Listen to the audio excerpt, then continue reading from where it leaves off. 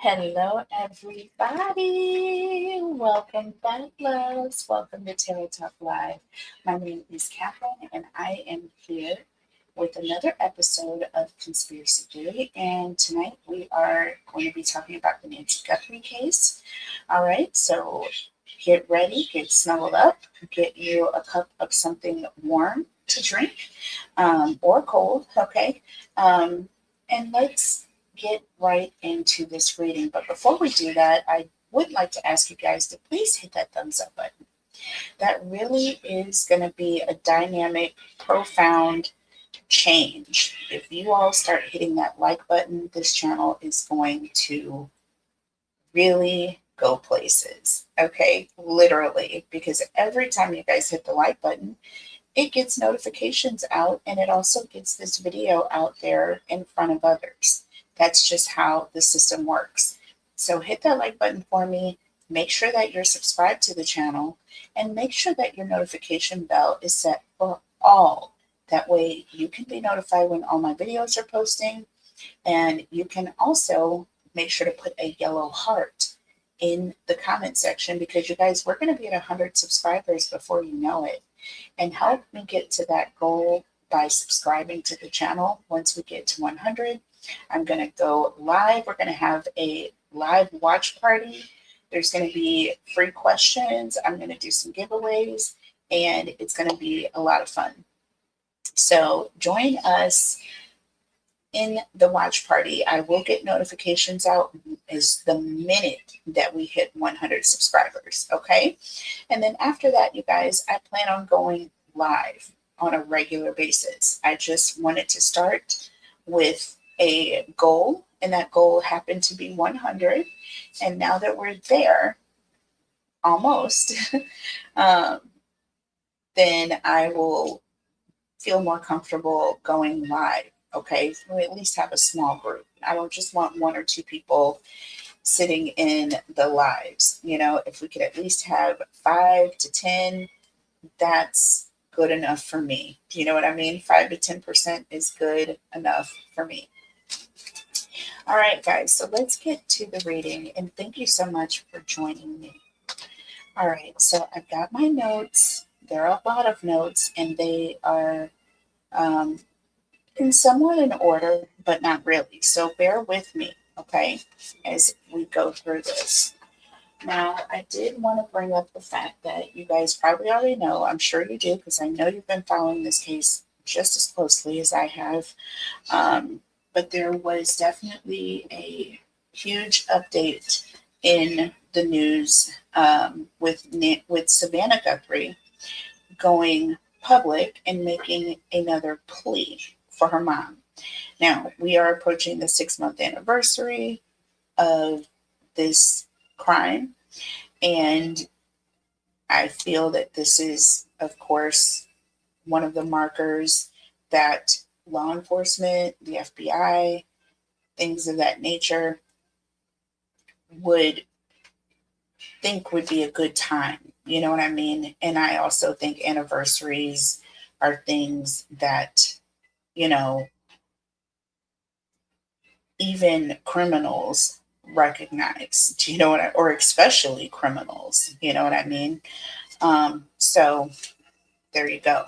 So she went public, and the thing about her going public is that there were many things that she said that did not appear to make a lot of sense to me. If you are making a plea from someone who has enacted as heinous a crime as they did. Now, even if you're playing into their, I don't know, you're playing into like their character.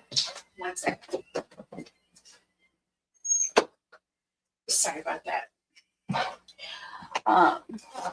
Hopefully that didn't bother you too much. But even if you are playing into like their personality and trying to get them on a certain accord with you, there were just certain things about her message that struck me. And in watching other podcasts that talk about this, they also have very similar concerns and opinions.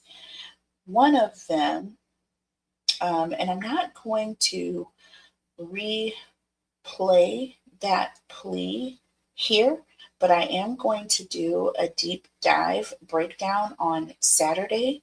All right, so please make sure you join me live on Saturday. It'll probably be around 1 p.m. Central Standard Time, more than likely. I am going to be going live and I'm going to do a deep dive breakdown, and we are going to be doing some comparison, contrast to the multiple appearances, shall we say, that Savannah, her sister, and her brother have made since this whole thing has started. And just know, if I were a celebrity and I were a public figure, especially like Savannah is reporting the news, I would be all over the place. You would not be able to get rid of me. You would be sick of me. Do you understand? You would not be able to pay me to stop talking about my mom and getting in people's faces, which also strikes me with another comment that she made. And let's talk about that before we get on to the others, because I'm going to forget. But there was you know how, like, every time you see Annie or Tommaso, I'm going to say Annie really, in public, she's covering up. She has a hoodie pulled all the way down over her face. She doesn't want to be seen. Why is that? Why is it that she feels as though she has something to hide, perhaps? Is that why? Is that why? I don't take her as being camera shy, but I take her as being very guarded about things. Many things to me. It just, she seems very controlled. It's interesting that I say the word controlled. But Savannah mentioned that I won't hide my face. If I can get the correct statement that she made.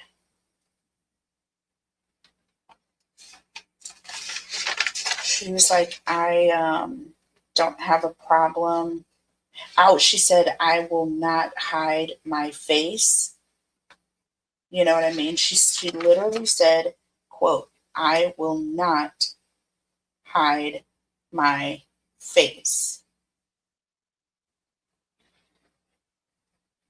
Basically, from the public, you know. And that to me stuck, because Annie is the only one that has covered her face, from what I've seen.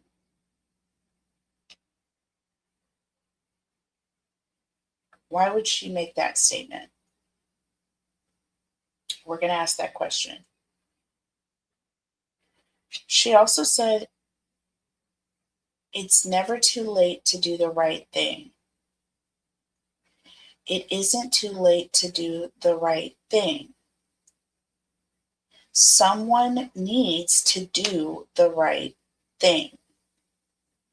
And she sounded really broken when she said someone.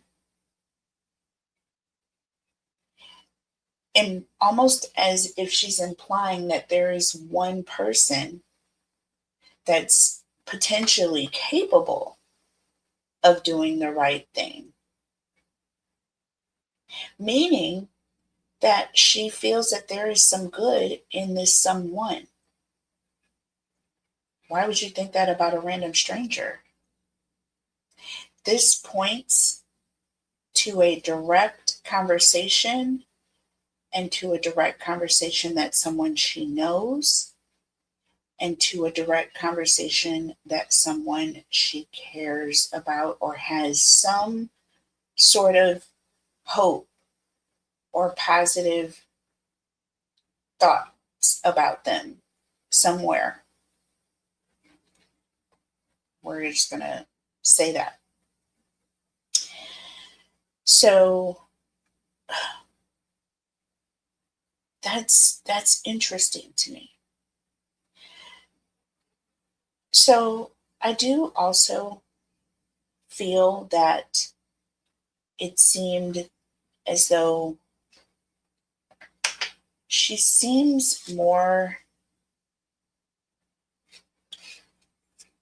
she seemed more persistent. It was almost as though it seemed like she was on the brink of getting a breakthrough or an answer or getting this particular ransom note writer to do the right thing. Okay. Interesting also, when we did the last reading, you guys, and I want you to go and I want you to watch the last reading that we did on Nancy Guthrie because you just have to. Watch all the readings that I've done on Nancy Guthrie. Not even kidding. They are all outstanding.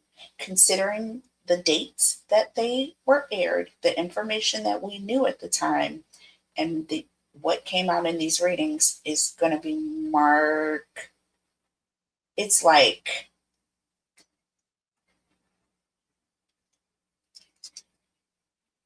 it's almost like a direct hit. Okay. It's almost like a direct hit because I did this reading maybe a week ago, the last reading. I think it was more than a week ago. But in that reading, I specifically stated that it was funny because I was asking about whether or not the ransom note writer was male or female. And I think I pulled 6 different oracle cards, and 3 of them were female, feminine aspect. And I feel like the other 3 were masculine. There, either way, it was not just masculine energy and it was not just feminine energy.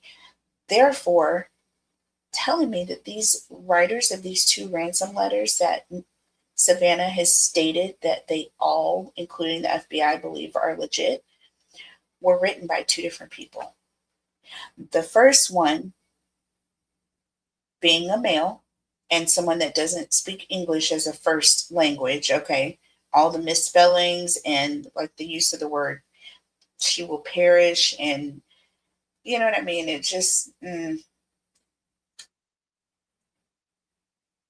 struck me as someone that didn't speak English as a first language, right? Like they were using assistants, but the words weren't even the syntax. It just wasn't proper. The second letter was much more grammatically fluent and flowing. Those that are words that are we would consider even eloquent and gracefully put together. Very feminine and almost theatric and poetic if you listen to the way the words were arranged. Okay? And we all know who writes poetry. Very famous poetry writer, and that would be Annie. I've stated from the very beginning that there was a couple involved in every reading. There appears to be a couple that are in a soul tie connection and involved. Very much involved. Okay? So, you know, you tell me what you think about that. Let's get into these questions because there's just so much. We want to know what Savannah is hiding because she appears to be such a victim, but she also appears to be repressing facts from the world, but that she is looking at behind her eyes, if that makes sense. It's like she's reading the script in front of her, but behind her eyes, what we can't see, she sees something completely different. And it's almost a knowing, if you know what I'm saying. It's almost like a gut feeling that I feel like she has, right? If it's not actual facts, it's a deep gut feeling that could point or paint, I'm sorry, her sister and Tommaso in a very different light. I'm reading from my notes. So, is Savannah a true victim? Which is the question. Is Savannah a true victim, or is she repressing facts that could paint her sister and Tommaso in a very different light? That's the question. Second question, what is Savannah hiding? Okay. Next question, why now?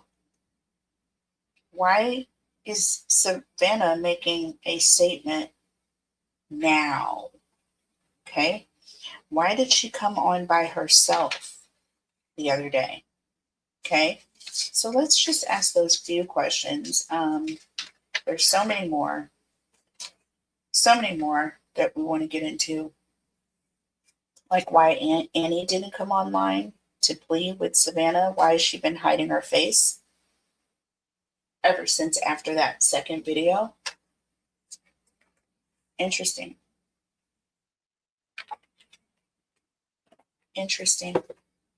Y'all know we're going to work with True Emotional, and we are going to work with our Beach Time Soul Oracle that never fails us. And we're going to work with the Hidden Truth Oracle.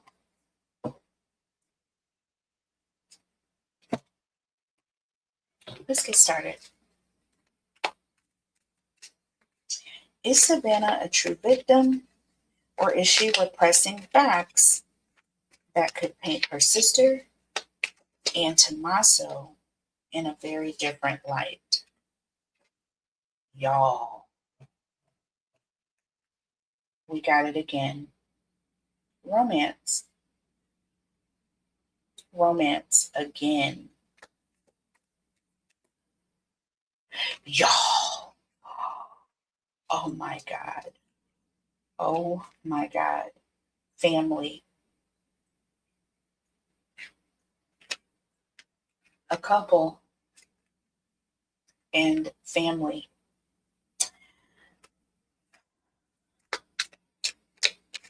Oh, I just threw that one on the floor. Oh my gosh. So we have a Jezebelian spirit here. We're going to put that up there.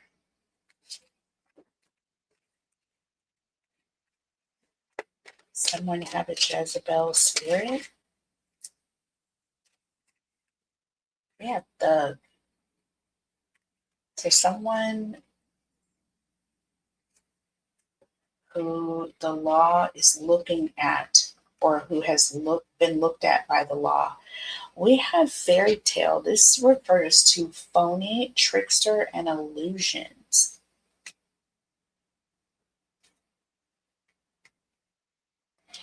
I told you. I feel that Annie and Tommaso's relationship appears to be one that is very toxic, one that is fueled with obsession, control, possession. And there are family ties, and there are illusions, and there's a bit of a trickster energy involved here. So someone who likes to play tricks, right? Under the deck, massive regret.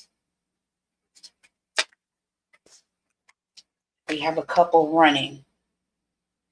Y'all, every time I do this reading and I'm asking about Savannah and her sister, I literally am getting an energy of these two are already running. We have cope in the reverse. Why is cope in the reverse? Someone is unable to cope. This also is toxic energy.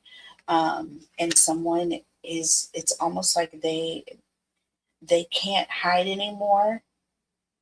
There's an energy of not being able to hide anymore. We have reckless and we have round and round cycles, triggers, and lessons.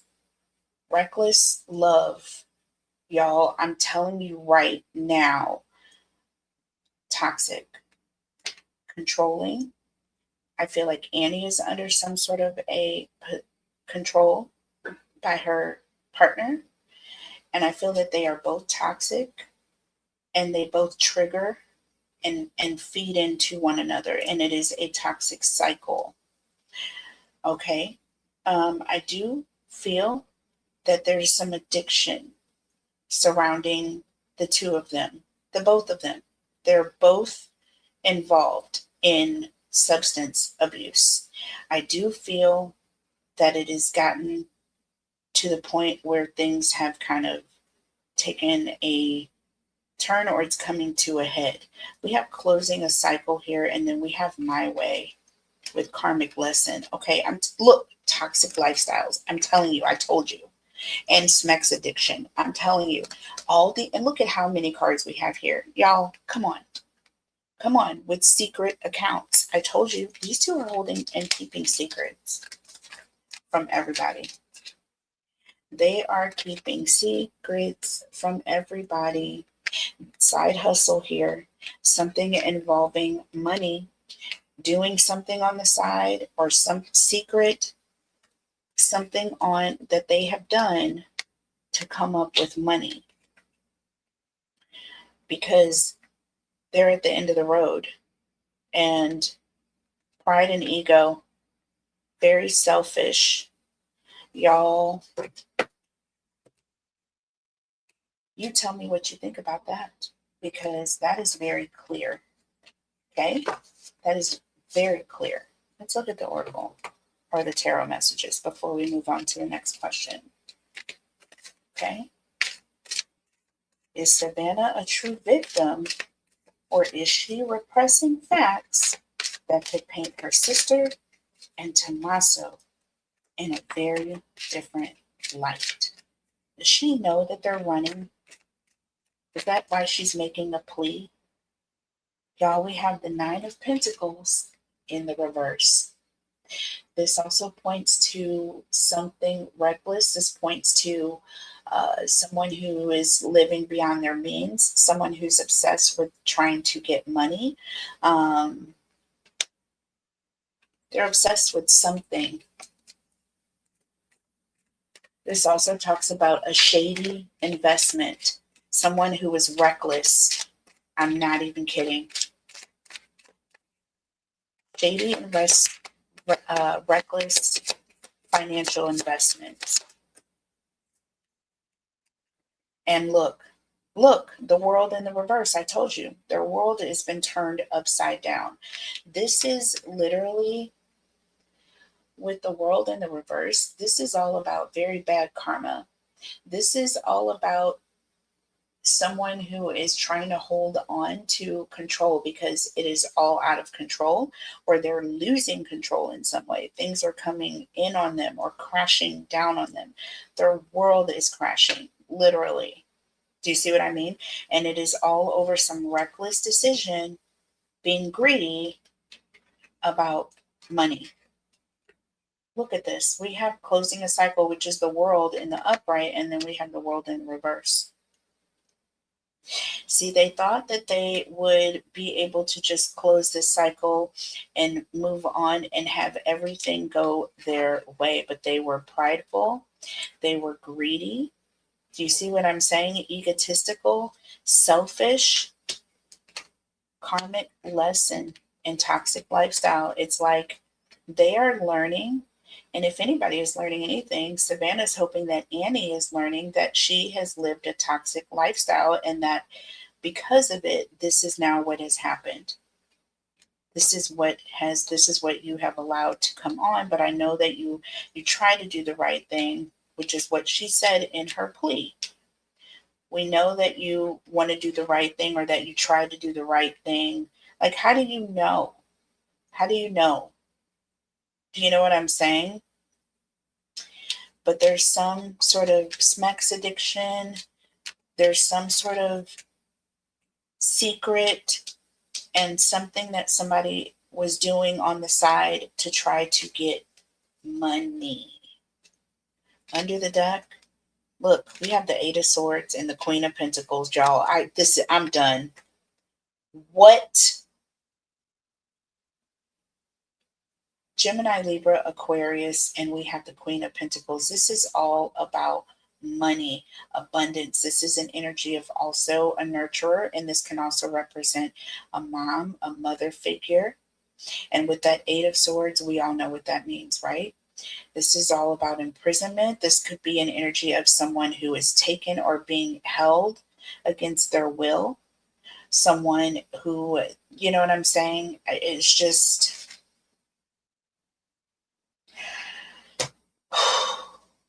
now we have the Knight of Cups, y'all, with the Three of Cups. This is someone negotiating, pleading with family to do the right thing. Y'all, I can't. This is an energy of the King of the Knight of Cups is all about a negotiator, somebody who is talking to both sides. Do you see what I'm saying? And that Three of Cups represents family, negotiating with family, negotiating with someone that you know and care about. We have the Empress, we have the Three of Pentacles. Oh my God, the Ace of Cups and the Justice card, y'all. So with the Empress and the Three of Pentacles, this automatically represents motherhood. And that Three of Pentacles is all about working with someone or three people working together or collaborating. And this is money here. This is all centered around money. We have the Justice card here with the Ace of Cups. This is an energy of a love offer, or an offer of a chance to start over if you just do the right thing with the Justice card. Do you see this? I know that you want to do the right thing. Isn't that what that is? It's an offer of just a chance to have a new start if you just do the right thing and bring our mom home. That's what it just see. And look, the Sun, tell the truth. Just do the right thing and tell the truth. With the Four of Wands, this is family. Family. This is a family plea. This is a call for someone in the family to come out in the open and be honest. Y'all. Okay, next question. Well, that pretty much lines that up. What specifically is Savannah hiding? What is she hiding?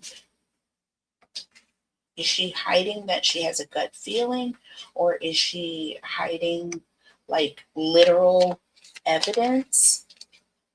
Is it physical evidence? So look, we have illumination, literally the truth in the reverse. Y'all, I cannot. Awakening in the reverse.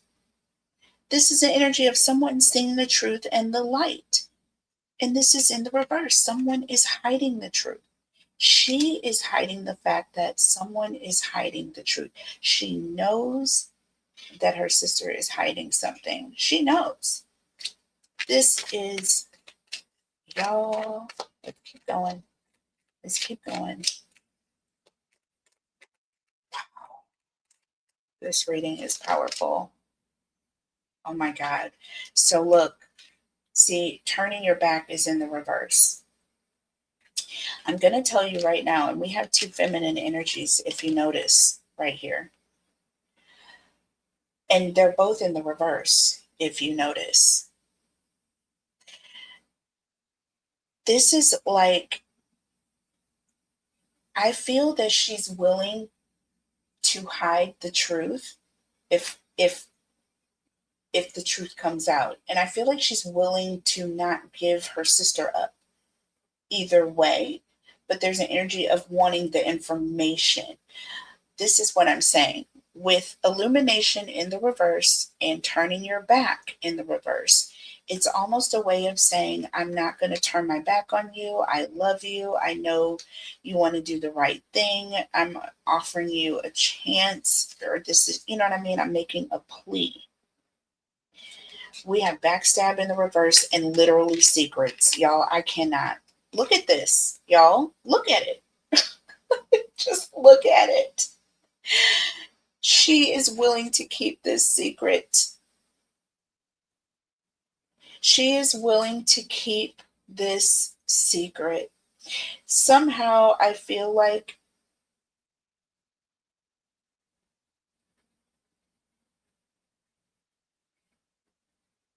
she wants to think that it was an accident and that they're just scared and did something to cover it up out of fear. But I don't think that.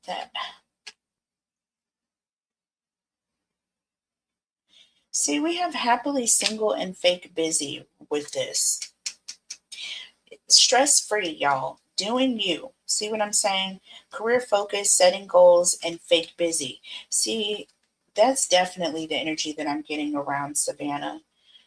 You know what I mean? All of this fake busy. Oh, I'm starting a new game show. Oh, I'm, going back to the Today Show. I'm going to be able to do my thing again. Everything is fine. I don't feel that that's really the case.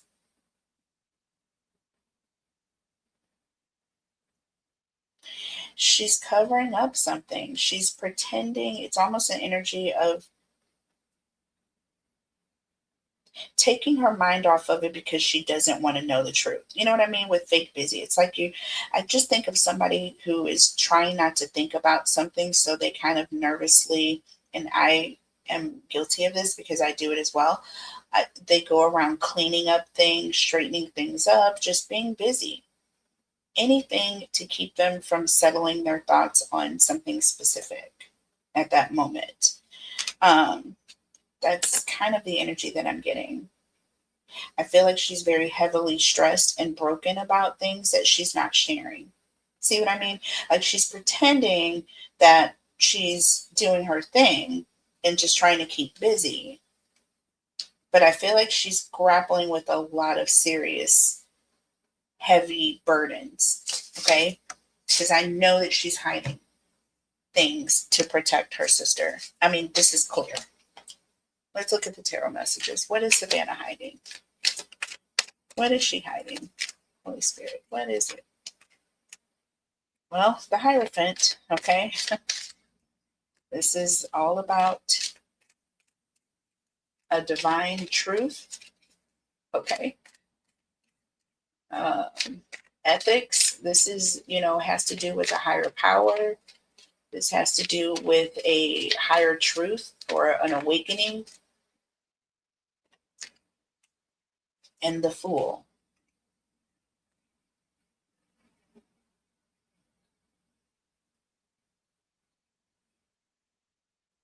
It's almost an energy of she's pretending that she doesn't know the truth. It's an energy of that persona of being this vulnerable person when the whole entire time there's a truth that you're hiding underneath that full energy. You see what I'm saying? It's like that full energy is a persona being vulnerable. Under the deck, we've got the Seven of Cups, okay, and the Seven of Wands. That's what I know. And the High Priestess, okay? That makes sense with the Two of Swords. I'm done. So listen, hidden information. with the high priestess, knowing that she's hiding something, knowing that she's keeping something quiet within herself, between her and her maker. The Seven of Cups and the Seven of Wands. This is an energy of, people asking a lot of questions and being very defensive about those questions. Okay. Or even to the point of pushing people away. Okay. And we all know that there has been that, right? There's been restraining orders. People have gotten arrested. I mean, it seems weird because it seems more like they get angry about people that want to know the truth. You know what I mean? That's so odd to me.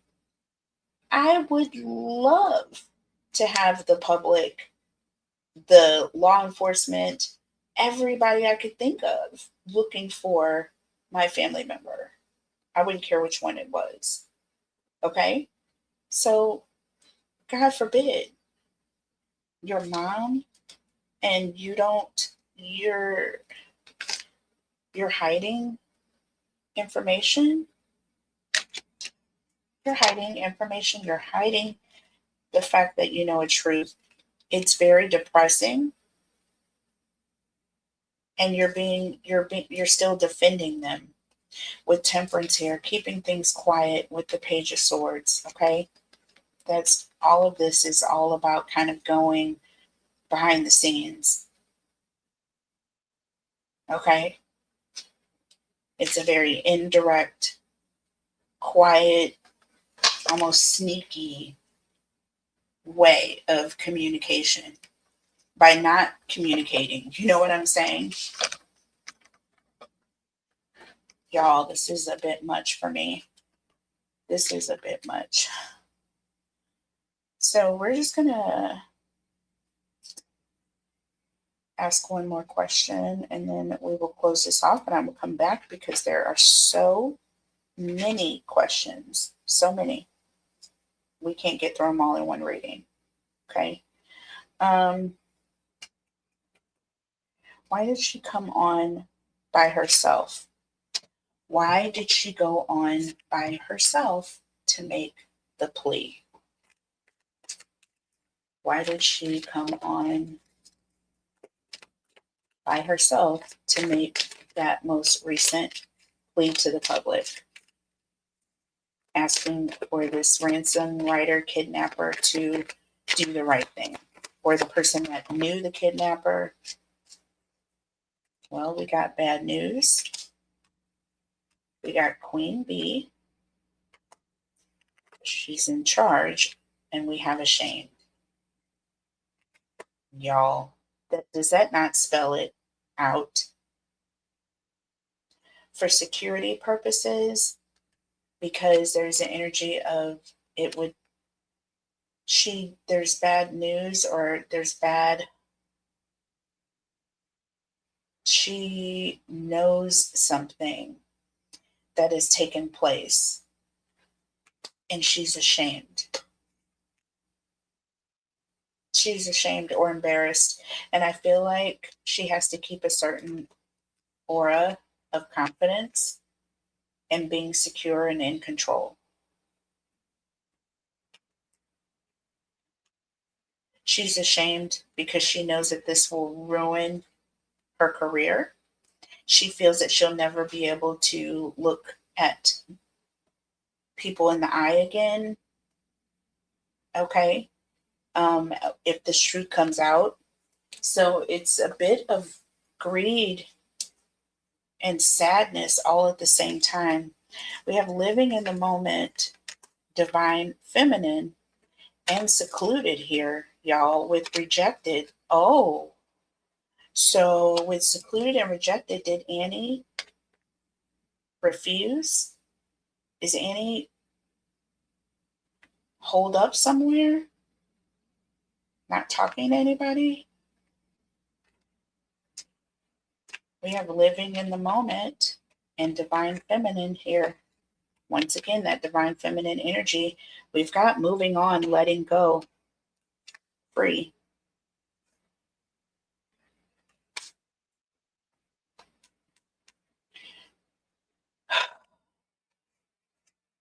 Let's look at the tarot and then we'll close this out. Why did Savannah come on alone to make the plea to the public most recently, just the other day? Why was Savannah by herself and not with Annie and her brother? Or even the brother-in-law? Why weren't they present? Why was Savannah by herself? 2 cards and then we'll look under the deck. Why was Savannah by herself? One more. Okay. We got 2 because one was stuck behind this one. I won't look at that yet. First card out, the 4 of Cups. This is all about separation. If she just, there's an energy of literal separation, physical separation, emotional separation. There is definitely a break in the clan. They do everything together. It's even been stated that they do everything together. We have the Magician. So the 2 of Wands and the Magician. So this is somebody who is making plans to do something, or someone who is trying to decide what to do. It's almost like with the Magician, you have all the cards.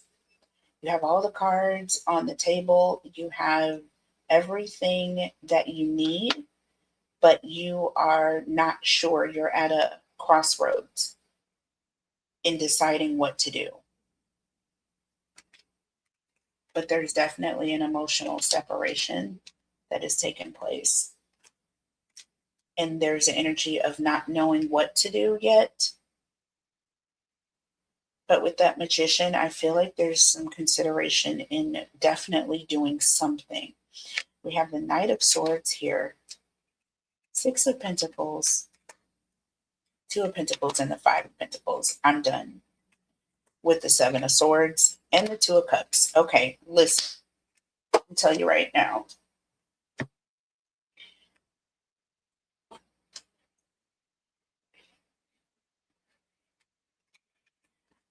Even though someone is being deceitful, there is still a connection. There's still a connection there. However, with that 2 of Pentacles and the 5 of Pentacles, someone is really going back and forth, like, deciding if they really should just walk away or alienate, completely abandon this connection because of the deception involved. We have the Knight of Swords and the 6 of Pentacles. This is an energy of things were very, very one-sided, right?